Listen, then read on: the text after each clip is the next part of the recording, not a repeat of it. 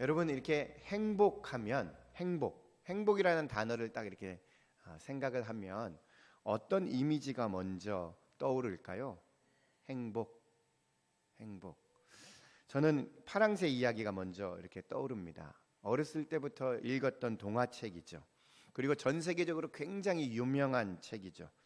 1909년에 프랑스 작가 마테를 링크가 원래 희곡으로 이게 창작이 되어서 연극뿐만 아니라 영화, 뮤지컬, 그다음에 애니메이션 이런 등에서 만들어졌고요. 그리고 아이들에게는 전 세계에 37개의 언어로 번역이 되어서 나오기도 했습니다. 특히 아이들에게 진정한 행복을 알려주기 위해서 행복은 먼 곳에 있지 않고 가까이 있다라고 하면서 지금까지도 행복의 대명사, 행복의 이미지 하면 가장 먼저 떠오르는 것이 바로 이 파랑새이죠. 책에 나오는 것처럼 누구나 다 사람들은 행복한 삶을 살기를 원합니다. 그런데 행복이란 이 파랑새가 정말 우리 곁에서 점점 멀어지는 것과 같은 느낌이 들죠.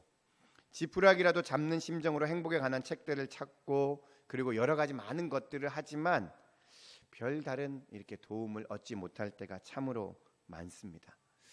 여러분, 이 행복이라는 정말 이 단어 가운데 행복이 과연 무엇일까요? 영어에서 행복을 뭐라고 하는지 다 아시죠? 예, 해피라고 합니다. 여러분 해피하십니까? 해피. 그런데 이 해피가 이 어디서 나왔냐 하면 원래 영어이지만 스칸디나비아 언어인 합에서 나왔습니다. 그런데 이 단어의 뜻이 다른 데 있지 않고 행운이라는 그 뜻에 있습니다. 그래서 많은 사람들은 이 행운에 대해서 각 나라마다 그리고 각 개인마다 이 행복에 대해서 생각이 아주 다 다르죠. 모든 사람의 행복의 첫 번째 순위는 그러면 뭘까요? 우리 한국 사람들에게 모든 사람의 우리 한국 사람 중에서 가장 행복하다라고 하면 뭐가 많아야 가장 행복하다라고 느낄까요? 돈이겠죠. 한국 사람들. 그죠? 그런데 여러분 이렇게 생각하는 것도 자세히 한 번 더 생각을 한 번 더 해보면 사실이 아닌 것 같습니다. 우리나라를 예를 들면 우리나라가 지금 세계 10대 경제 대국으로 들어왔지 않습니까? 그렇죠? 그런데 OECD 국가 중에서 우리나라가 자살률, 특히 남성 자살률이 최상위에 속합니다. 뿐만 아닙니다. 한번 생각을 해보시면 우리의 할아버지, 할머니는 우리보다 훨씬 못 산 삶을 살았습니다. 그런데 훨씬 더 풍요로운 행복감을 누렸습니다. 우리는 그들보다도 더 풍요롭고 더 건강하고 더 오래 살 수 있는데 우리 마음 가운데는 괜히 그냥 나는 좀 불행한 것 같아 이런 마음이 조금 있습니다. 그래서 해마다 자살률이 더 늘어나고 있죠. 여러분 혹시 부탄이라는 나라를 아십니까? 부탄. 제가 인도에서 사역했던 곳에서 자동차로 3시간, 그 다음에 비행기로 30분 정도 걸리는 그 도시입니다. 저기 부탄이라는 나라가 히말라야 산맥 중간에 있는 도시로 형성되어 있는 곳입니다. 보통 2000m, 해발 2000m 위에 있는 그 산맥의 위에 이렇게 만들어진 도시이죠. 그런데 여러분 이 국가의 국민들이 느끼는 행복 지수가 북미나 유럽과 다른 우리 한국의 사람들이 느끼는 행복 지수보다 높다는 사실을 알고 계십니까? 부탄에는 여러분 3가지가 없습니다. 뭐가 없냐면 거지가 없고요, 담배가 없고요, 교통신호등이 없습니다. 반면에 3가지 혜택이 있습니다. 뭐가 있냐면 무상의료, 무상교육, 무상주택이 있습니다. 이 부탄의 국왕이 영국에서 공부를 했거든요. 그래서 이 국왕이 누구랑 결혼했냐면 평민이랑 결혼했습니다. 굉장히 지탄을 많이 받았죠. 그런데 이 국왕이 나는 이 모든 우리의 부탄의 국민들에게 정말 행복하게 살게 해주고 싶다라고 해서 이 3가지, 아까 교육, 의료, 주택을 무상으로 제공하게 되었습니다. 그래서 실제로요, 2010년도에 부탄은 세계 행복지수 전 세계 국가 중에서 1위로 선정이 되었습니다. 여러분, 많은 심리학자들이 행복의 요소로 세 가지를 꼽고 있습니다. 뭐가 있어야 되냐면 쾌락이 있어야 사람들은 행복을 느낍니다. 즉 현재의 기분이 좋은 감정이 있어야 된다라고 생각하죠. 둘째는 뭐가 없어야 되냐면 불쾌감이 없어야 됩니다. 두려움과 고통과 불안의 이런 염려들이 없어야 된다라고 생각합니다. 세 번째 뭐가 있어야 되냐면 만족감이 있어야 된다라고 심리학자들은 그렇게 말합니다. 특히 세 번째 이 만족감이 자신에게 충분히 느껴졌을 때 심리학자들은 행복의 가치가 그리고 그 지수가 올라간다고 그렇게 논문을 발표했습니다. 2008년 사이언스지에 발표된 심리학자들의 연구에 따르면 한 달 지출 중 자신을 위한 지출과 타인을 위한 지출 중에서 타인을 위한 지출이 행복과 더 관련이 되어 있다라는 그런 보고가 있었습니다. 그래서 실제로 여러분 실험을 해봤습니다. 어떤 실험을 해봤냐? 사람들을 실험실에 초청한 후에 행복을 측정했고요. 그 후에 각 사람들에게 돈 봉투를 주었습니다.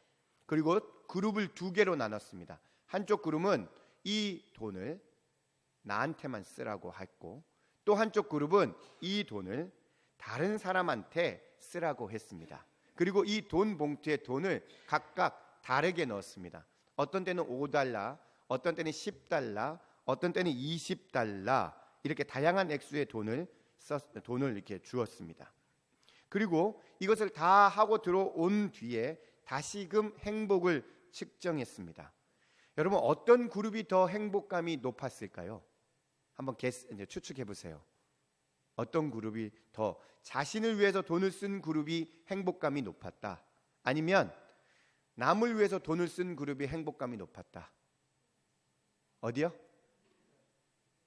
자신을 위해서 그룹이 행복감이 높았다. 손을 한번 들어보세요.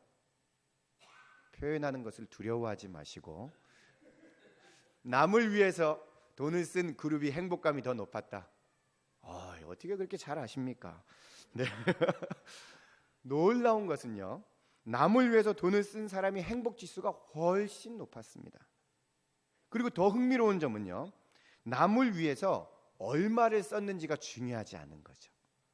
$5, $10 아니면 $20를 썼든지 간에 그게 중요한 게 아니라 내가 남을 위해서 뭐를 베풀었다라고 하는 게 행복지수의 월등히 높았습니다. 그러니까 여러분 행복이라는 것은 이렇게 결론이 되는 거죠. 내가 무엇을 그리고 어떤 것을 가져서 내가 행복하다는 것이 절대 아니고 내가 가진 것을 누구한테 남을 위해서 사용할 때 그 안에 참된 만족이 있다라는 거죠. 여러분 그렇다면 성경은 과연 행복에 대해서 뭐라고 말할까요? 예수님은 이런 사람들의 행복에 대해서 과연 어떻게 말씀하실까요? 앞으로 몇 주 동안은 이 산상수훈에 대해서 설교를 하게 될 것입니다. 여러분 이 산상수훈에 예수님이 말씀하신 이 산상수훈을 통해서 진정한 행복이 과연 나에게 있는지 한번 느껴보시고 깨닫는 시간 되시기를 예수님의 이름으로 축원합니다. 한번 따라하시죠. 다르게 살자. 옆 사람 보시면서 다르게 살자. 시작. 예, 어떻게 살자고요? 다르게 살자고요. 오늘 본문 말씀 마태복음 5장 1절에서 2절까지입니다. 같이 한번 한 목소리로 시작. 예수께서 무리를 보시고 산에 올라가 앉으시니 제자들이 나아온지라 입을 열어 가르쳐 이르시되. 아멘. 여러분 산상수훈에 대한 설교, 산상팔복에 대한 설교 이런 것들을 많이 들었을 것입니다. 마태복음 5장에서 7장까지를 우리는 산상설교, 산상수훈이라고 합니다. 구약에서는 십계명이 구약의 진수라고 하죠. 그런데 신약에서는 예수님께서 직접 말씀하신 이 부분이 바로 신약의 진수라고 할 수 있습니다. 여러분 이 안에는 여러 가지 내용이 있습니다. 어떤 내용이 있을까요? 빛이 되라, 소금이다. 빛이 되라가 아니죠. 빛이다, 소금이다. 남을 먼저 대접해라. 그리고 예수님의 기도, 좁은 문으로 들어가라 라고 하는 여러 가지 많은 이야기들이 어렸을 때부터 우리는 잘 들어왔죠. 그런데 너무 잘 알려져 있기 때문에 그 안에 있는 숨은 보화들을 지나칠 때가 너무나도 많이 있습니다. 여러분, 이 마태복음 1장부터 28장까지 흐르는 주제, 관통하는 주제가 있는데 그게 뭐냐면 하나님의 나라입니다. 하나님의 나라를 두 글자로 하면 뭘까요? 천국. 천국이죠. 특히 이 마태복음에는 천국에 관한 말이 많이 있습니다. 예수님께서 공생애를 시작하시기 전 마태복음 4장에 보면 사단에게 시험을 받는 장면이 나옵니다. 그리고 이 시험을 이기시고 나서 가버나움에 살면서 갈릴리 지역에서 활동하시면서 가장 먼저 하신 선포가 뭐였냐면 회개하라, 천국이 가까이 왔느니라. 그리고 갈릴리 지역에 주로 다니시고 그분의 제자들을 하나 둘씩 베드로, 안드레, 야고보, 요한을 부르셨고 그 다음에 뭐를 하셨냐면 또 천국 복음을 전파하셨습니다. 그런데 예수님께서 말씀하신 회개하라, 천국이 가까이 왔다라는 이 말은 본인이 먼저 말씀하신 게 아니라 세례 요한도 똑같이 말했습니다. 세례 요한은 유대 광야에서 똑같은 주제로 예수님이 하신 말을 그 전에 미리 얘기했습니다. 세례 요한이 뭐라고 말씀했는지 아시죠? 회개하라, 천국이 가까이 왔느니라. 팔복도 잘 보시면 이 팔복의 첫 번째 문장, 우리가 오늘 살펴본 심령이 가난한 자는 천국이 그들의 것이요. 그리고 마지막 여덟 번째에서도 뭐라고 되어 있냐면 의를 위하여 박해를 받는 자는 복이 있나니 천국이 그들의 것이다 라고 그렇게 말씀하고 있습니다. 예수님께서 계속해서 강조하시는 것은 뭐냐면 천국, 하나님의 나라. 그래서 이 하나님의 나라가 이 팔복의 주제뿐 아니라 이 마태복음의 전체적으로 흐르는 주제입니다. 그런데 예수님께서 말씀하실 때 누구만 특정하게, 제자들만 특정하게 이렇게 살아야 된다라고 말씀하지 않으셨습니다. 바로 예수를 따라가는 모든 사람, 그 앞에 있는 제자와 무리 모두에게 하나님의 나라에 속한 백성들이 어떻게 살아야 되냐라고 가르쳐 주신 것이 바로 이 본문의 산상설교입니다. 본문 말씀 1절과 2절에 보면 예수님은 제자들만 보고도 말씀하지 않으시고 제자와 무리를 보고 동시에 말씀하셨습니다. 그리고 그들에게 한 가지 부탁하셨는데 너희는 다른 삶을 살아라 라고 그렇게 말씀한 거죠. 왜 그렇게 말씀하셨을까요? 바로 하나님의 나라를 소유한 백성은 세상 사람들과 다르게 살아야 된다는 것을 강조한 겁니다. 여러분 마음에 하나님의 나라가 있으십니까? 좀 졸기 시작하시는 것 같으세요? 한번 옆 사람한테 물어보십시다. 옆 사람 눈을 보시면서 당신 안에 하나님의 나라를 소유하고 계십니까? 시작. 네. 여러분뿐만 아니죠. 이 팔복을 설명한 후에도 하나님의 나라를 소유한 백성이 소금과 빛으로 살아가라고 했고 살인하지 말라, 간음하지 말라, 맹세하지 말고 원수를 사랑하라라고 그렇게 말씀하셨습니다. 그래서 이 팔복 전체가 어떤 특별한 사람에게만 요구하는 것이 아니라 그리고 어떤 사람에게만 맞는 것이 아니라 예수 그리스도를 영접한 모든 사람, 내 안에 하나님의 나라가 소유하고 있다라고 모든 사람들은 다 어떻게 해야 된다고요? 다르게 살아야 되는 의무가 있다라는 거죠. 내가 다르게 살아야 되는데 이 팔복의 모든 것들이 내 삶에서 나와야 된다라는 겁니다. 우리가 예수 그리스도의 자녀가 되었으면 우리는 그분의 피로 인해서 한 형제, 한 자매가 되었습니다. 그래서 우리는 뭐라고 그러죠? 한 공동체, 교회라고 그러죠. 우리는 어떻게 보면 단일성을 가진 우리 이 공동체입니다. 누구의 피로 말미암아? 예수 그리스도의 피로 말미암아.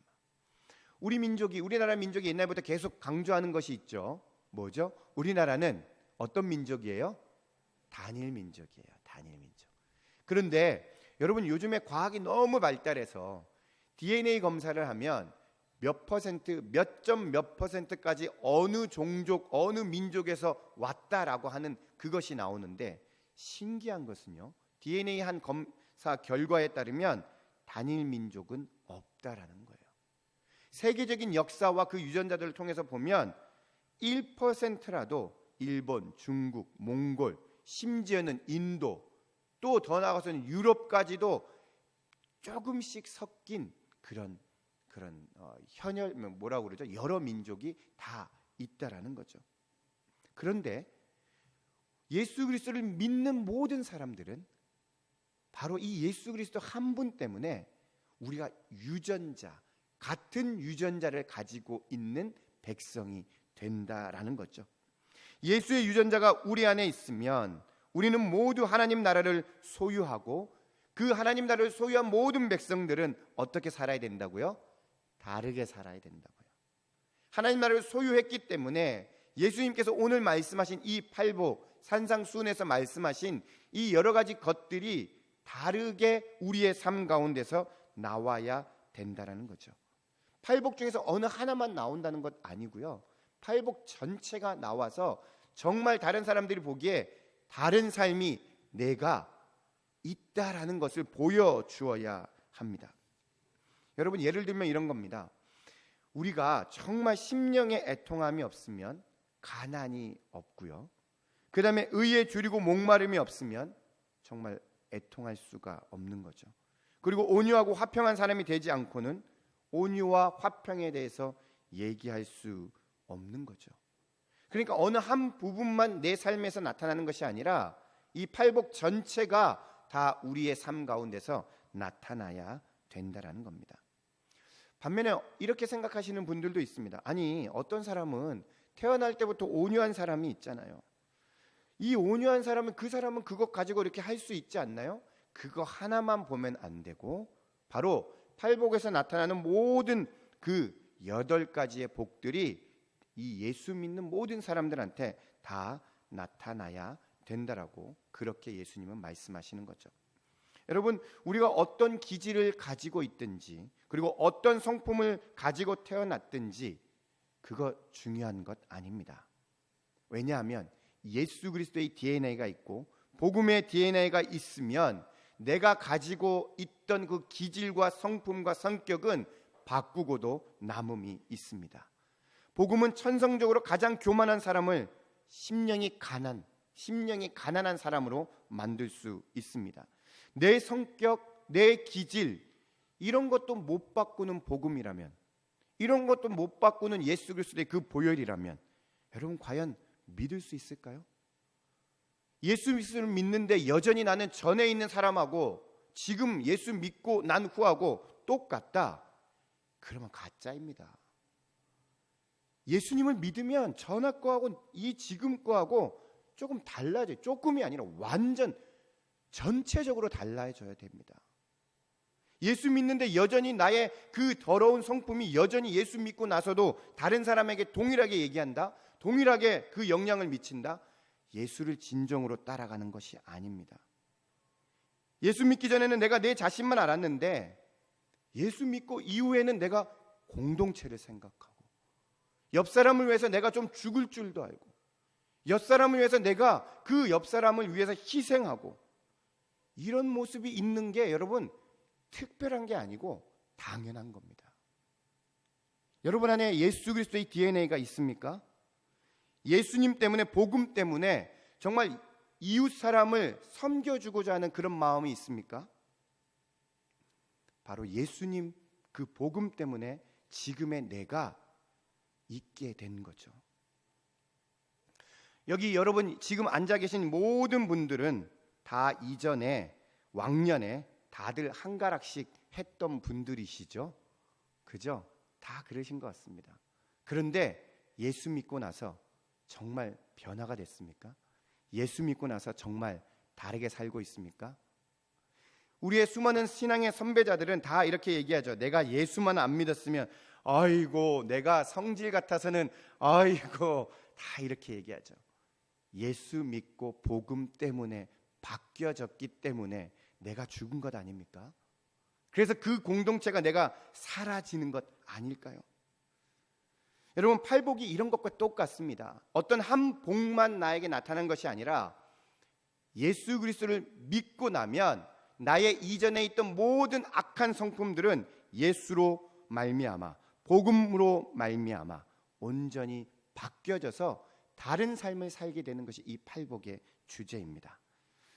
사랑하는 성도 여러분, 하나님의 나라가 여러분 마음 가운데 이미 있으십니까? 예수 그리스도의 십자가의 보혈이 여러분을 위해서 죽은 것이 정말 예수님께서 그래서 십자가에서 돌아가셨다는 것이 확실하게 느껴지십니까? 그러면 세상 사람들과 다르게 사시기를 간절히 축원합니다. 왜냐하면 그것이 예수님이 오늘 우리에게 가르쳐주신 바로 팔복에 흐르는 주제이기 때문에 그렇습니다. 한번 따라하시죠. 심령이 가난해야 합니다. 팔복의 전체를 제가 한번 설명했고요. 자, 두 번째는 심령이 가난해야 되는데 5장 3절 말씀입니다. 같이 한번 읽어봅시다. 시작. 심령이 가난한 자는 복이 있나니 천국이 그들의 것이며. 여기 3절 말씀에 보면 이렇게 되어 있습니다. 많은 사람들이 팔복을 읽으면서 심령이 가난한 자는 복이 있나니 천국이 그들의 것이 될 거다 이렇게 이야기합니다. 심령이 가난한 사람이 되면 이라는 거죠. 조건문이 붙었죠. 근데 이렇게 이해하는 것은 좀 잘못 이해하는 겁니다. 예수님은 이 축복의 선언을 어떻게 하셨냐면 이미 하나님의 나라를 가지고 있는 사람들에게 말씀하셨습니다. 천국에 들어가기 위한 가입 조건으로 심령이 가난해져면 천국에 갈 수 있다 이게 아니라 이미 심령이 가난한 사람들은 천국을 소유하고 있다라고 합니다. 이 헬라어 원문에 보면 이렇게 돼 있습니다. 헬라어 원문 직역한 거를 제가 한번 읽어보겠습니다. 복되도다 심령이 가난한 자들, 왜냐하면 천국이 이들의 것이기 때문이다. 예수님을 우리 마음 가운데 모시고 나서 내 마음 가운데 하나님의 나라 천국이 이루어지면 여러분 그 전에 선행돼야 되는 조건인데 그게 뭐냐면 심령이 가난해졌다라는 겁니다. 심령이 가난해졌기 때문에 천국이 이미 내 안에 들어와 있다라는 거죠. 심령이 가난하다라는 것, 여러분 과연 이게 뭘까요? 심령이 가난하다. 그러면 심령이 가난하다는 것을 제가 헬라어로 한번 살펴보았는데 그것이 뭐냐면 심령이라는 단어는 푸뉴마라는 거고, 그 다음에 가난을 헬라어로 보면 뭐라고 돼 있냐면 푸토코스라고 돼 있습니다. 이것은 그냥 말 그대로 육체적으로 구걸하면서 사는 것을 말합니다. 의지하고 사고, 그리고 그래서 내가 육체적으로 정말 웅크려서 살 수밖에 없는 그런 것을 얘기합니다. 반면에 심령, 그러니까 이 가난 앞에 심령이라는 단어가 붙여져 있는데 이 심령이라는 것은 바로 영적인 상태를 얘기합니다. 푸뉴마라고 해서 숨을 들여 마시고 내뱉는 것처럼 그 안에 있는 영적인 상태를 얘기하는 것이 바로 심령입니다. 그러니까 이 심령이 가난하다라고 하는 것은 다른 말이 아니라 영적인 가난을 얘기합니다. 외적인 가난, 영적인 가난을 동시에 얘기할 수도 있고, 그리고 이 외적인 가난, 영적인 가난 때문에 누구를 더 바라보아야 되냐 하면 예수 그리스도를 바라본다라는 거죠. 여러분, 영이 가난하다라고 하는 것은 내 안에 정말 내가 의지할 사람이 아무도 없다라는 겁니다.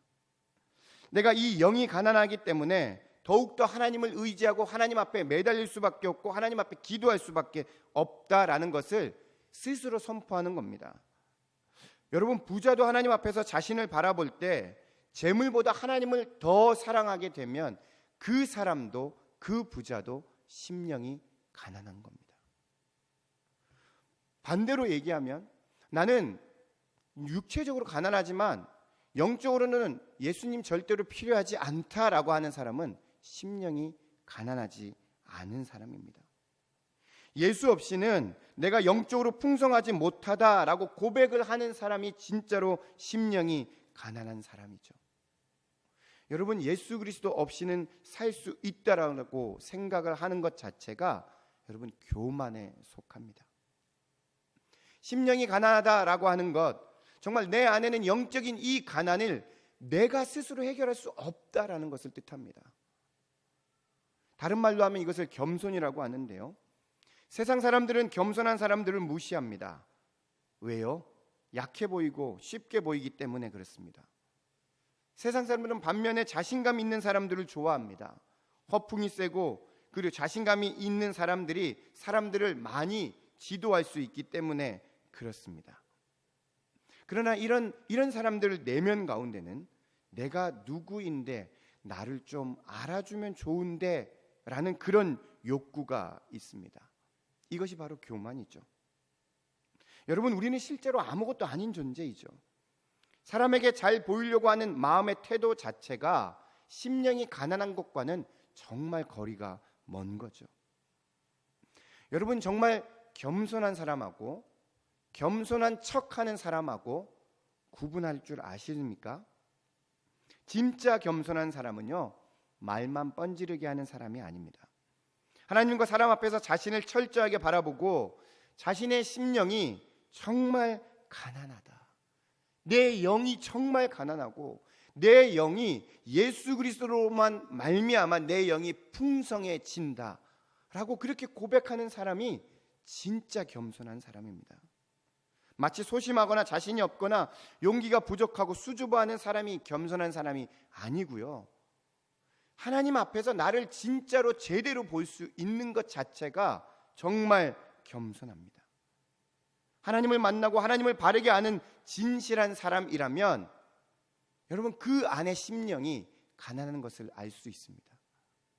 내가 예수 그리스도로 말미암고는 내 영이, 내 육체뿐만 아니라 나의 모든 것이 하나님 앞에 구원받을 수 있는 존재가 아니다라는 것을 알아야 되는 거죠. 하나님의 은혜와 하나님의 사랑 아니고는 내가 정말 지금도 이 자리에 있을 수 없다라고 이게 스스로 고백하는 사람, 심령에서 그런 마음이 나오는 사람이 진짜로 심령이 가난한 사람입니다. 구약 성경에 보면 여러분, 기드온이 정말 하나님 앞에 부름을 받았습니다. 근데 그때 그 기드온이 하나님 앞에 부름을 받았을 때 어떻게 반응했냐면, 나는 내 아버지 집에서 가장 작은 사람입니다 라고 그렇게 고백했습니다. 그는 아버지 집에서 가장 작을 뿐만 아니라 하나님, 내가 어떻게, 하나님께서 부르신 이 부름에 내가 어떻게 응답할 수 있을까요? 겸손하게 고백했죠. 여러분, 다윗도 마찬가지이죠. 잘 아시지 않습니까? 다윗이, 사무엘이 다윗에게 기름 부으려고 했을 때 다윗이 뭐라고 했는지 아십니까? 주님, 내가 무엇이긴데, 내가 무엇이길래 당신이 나한테 지금 오십니까? 내가 어떤 존재인데 하나님께서 기름 부음을 받아서 왕으로 하나님을 섬기는 그 백성으로 그렇게 하나님 앞에 쓰임을 받을 수 있습니까? 이렇게 고백했죠. 심령이 가난한 사람은요, 자신을 하나님 앞에 철저하게 잘 아는 사람입니다.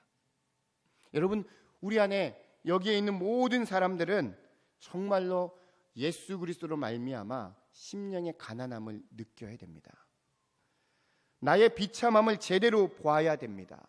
하나님을 제대로 만난 사람은 내가 정말 내 안에 더러운 것과 이기적인 것과 욕심이 가득 차서 내가 이것 가지고는 정말 어떻게 할 수 없는데 예수 그리스도가 이것을 나에게 해결해 주셨다라는 그런 심령의 가난함이 여러분 정말 필요합니다. 우리가 일반적으로 신앙생활을 처음 하게 되면 정말 그때는 심령의 가난함을 잘 느끼게 되죠. 그런데요, 신기한 거는 신앙생활을 하면 할수록 그 처음 만났던 그 예수님 잊어버리고요, 반대로 나갑니다.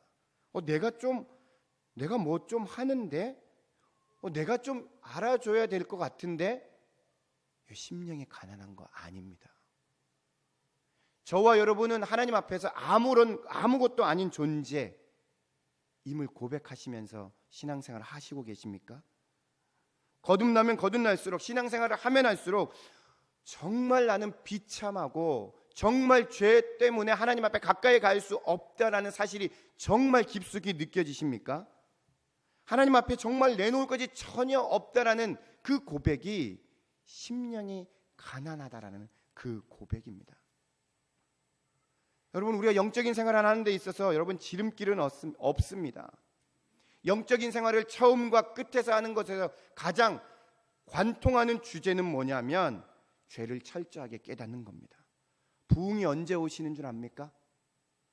사람이 많아졌다고 부흥이 아닙니다. 심령이 회개하고 심령이 가난한 것 그 자체를 깨닫는 것 자체가, 그리고 철저하게 내가 하나님 앞에서 나는 정말 비참한 존재고 나는 정말 아무것도 아닌 존재다라고 하는 그 겸손한 고백 가운데 하나님께서 부흥을 허락해 주십니다. 내가 조금이라도 뭔가 있다라고 하면 여러분 그 심령은 가난한 심령이 아니고 교만한 심령입니다. 죄를 깨닫지 못하면 정말로 자기는 자기 만족에 빠져서 신앙생활을 할 수가 있습니다. 예수님께서 팔복을 제일 첫 번째 팔복에 말씀하신 것, 심령이 가난한 자는 복이 있다라고 말씀하신 것. 여러분 그 심령의 가난함이 하나님 앞에서 나가 얼마나 비참한지를 철저하게 깨닫는 그런 귀한 깨달음이 여러분 가운데 있게 되기를 예수님의 이름으로 축원합니다. 다른 모든 기도보다도 여러분 먼저 기도하셔야 될 것, 죄를 깨닫고 정말 심령의 비참함을 느끼고 정말 예수 그리스도 없이는 내가 이 땅에 살 수 없다라고 하는 그 가장 겸손한 고백이 저와 여러분 가운데 있게 되기를 예수님 앞에 또 온전하게 날마다 기도하는 그런 심령의 가난한 사람 되기를 예수님의 이름으로 축원합니다. 우리 같이 한번 이 시간에 찬양하면서 하나님 앞에 나아갔으면 좋겠습니다. 앞으로 계속적으로 이 강해 설교를 하면서 하나님 심령이 가난한 자는 천국이 저희 것이고 온유한 자는 복이 있다라고 말씀하셨고 애통한 자는 복이 있다라고 말씀하셨는데 하나님 아버지 심령이 가난한 사람이 되게 도와주옵소서. 우리 같이 이 찬양 하시면서 하나님 앞에 우리의 심령을 놓고 하나님 앞에 기도하며 찬양하며 나아가도록 하겠습니다.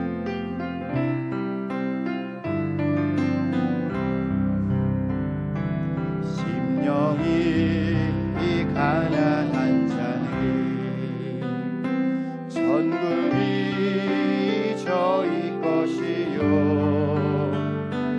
애통하는 자는 복 있네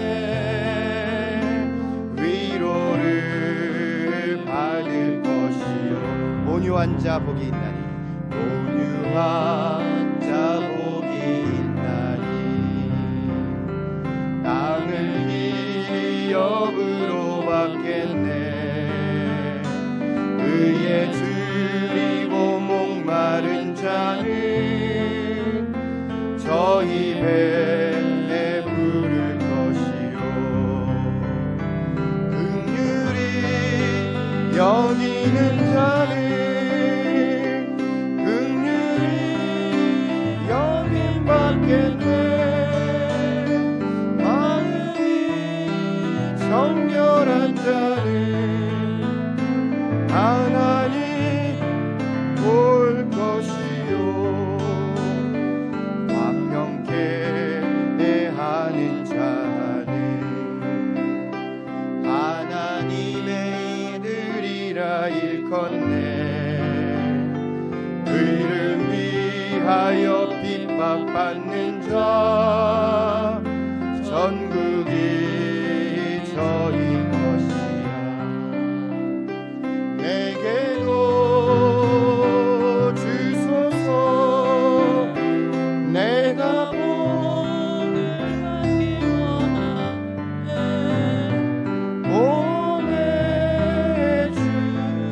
보내주여